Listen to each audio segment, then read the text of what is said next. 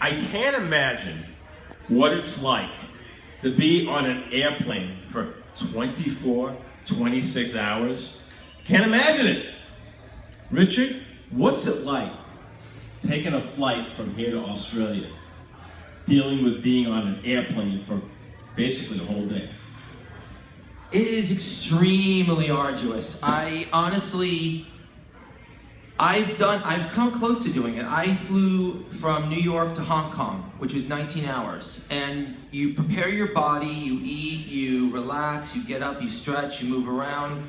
This was before 9/11, so I got to sit in the cockpit. I got to go into first class for a little bit. You walk around. That's really what you do. You don't sit on your butt the whole flight, or you are just going to be a zombie when you get off. Plus, you have to also prepare for jet lag. So there's a lot of variables that play a part. Qantas happens to fly one of the most unique aircraft in the business, the A380, which Howie, I believe, is going to get right now. It is a full double-deck aircraft. It is state-of-the-art. They fly it non-stop on the longest route in the world, which is Dallas-Fort Worth to Sydney, Australia, non-stop. This is the A380. Now, the A380 is a full, if you look at it, it's a full double-decker. Qantas has their first class up here. Your cockpit is on the first deck over here. And it is laid out brilliantly where you can walk throughout the aircraft. You probably have a library, they probably have a bar. You have a lot of facilities that you would find on a cruise ship, you're now finding on the airplane. And that's really what Qantas has done. And it's not just Qantas, other airlines in general, Emirates, United, whoever flies to Australia, a lot of your big airlines that fly these double-deck jetliners like Qantas and Emirates, they are putting facilities that you would find on cruise ships. We're talking bars, movie theaters, libraries. It is a way to break down the monotony of flight. We've come a long way since the Boeing 707 that launched transatlantic service from New York to Heathrow International. As an aviation historian, I can tell you that aviation has really gotten state-of-the-art. This particular jet, if you look how wide it is, you can only imagine the amenities that are inside. Some airlines have even contemplated the notion of putting planetariums in. And I applaud this. I think that this is what's going to allow people now to fly these long distances, not fear, oh God, my butt's going to kill me, oh God, my legs are going to kill me. No, because you're going to be too busy enjoying the experience. And that's what airlines like Qantas is all about. It's not about the flight, it's about the experience. It is about the ambiance. You know, we used to have a person who talked about cruise ships, and I understood what he meant when he said ambiance. I do. Mayor was on the money when he talked about ambiance. The same is with these planes. You have the ambiance of flight, you have all these decks, you have your own seat, you have sleeper seats, cabins where you have a full-size bed where you can sleep. The airlines are finally realizing what people want, and what people want is to be pampered. That's what we all want. The only problem is it's not cheap to be pampered. Emirates charges, I think, $17,000 for their first class, and that's with a sleeper bed, movies, the whole 9 yards.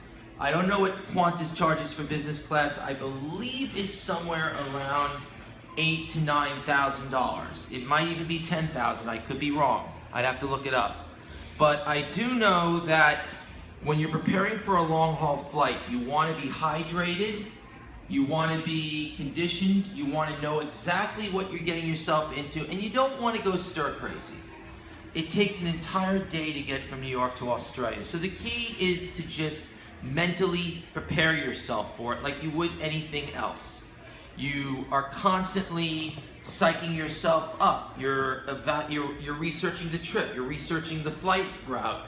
For example, you know you're going to fly over China. You're going to fly over, say, Vietnam or countries that you normally would never visit. So you get excited and you think about that. You also think about what time you arrive. A lot of the airlines deliberately depart. Qantas, I know, their flight is same plane service out of New York. It's a 747-400, which is smaller than this, but not by much. and it's via Los Angeles International Airport to Sydney, Australia. There is a technical stop for refuel. So a lot of people, what they'll do is for the 5 hours that they're on the flight to LA, they'll relax, they'll do what they do. Then once they get to LA, they walk the terminals, relax themselves, stretching their legs, getting blood into the legs and into the extremities, into the body. And then you get back on the plane and you relax and you do your thing. I recommend doing that, but I also recommend getting up, walk around. You know, don't just go to the bathroom like everybody else, you know? Go and explore the airplane, explore the many services that they offer. If you're a first-class passenger, certainly walk around, maybe have some champagne, have some caviar, and just enjoy it. That's really what life is all about, embracing it. And it's an experience of a lifetime to fly to countries like Australia. For me, Hong Kong was a business trip because at the time I was consulting for Cathay Pacific Airways, which was the national airline of Hong Kong. So I got to go on a trip with my mother. And I can tell you 19 hours, or in this case 13 hours, 51 minutes from Vancouver to Hong Kong seems like a lot, but it went by so quick because the crew knows what it's doing. They play movies, and movies kill time. You talk to people, it kills time.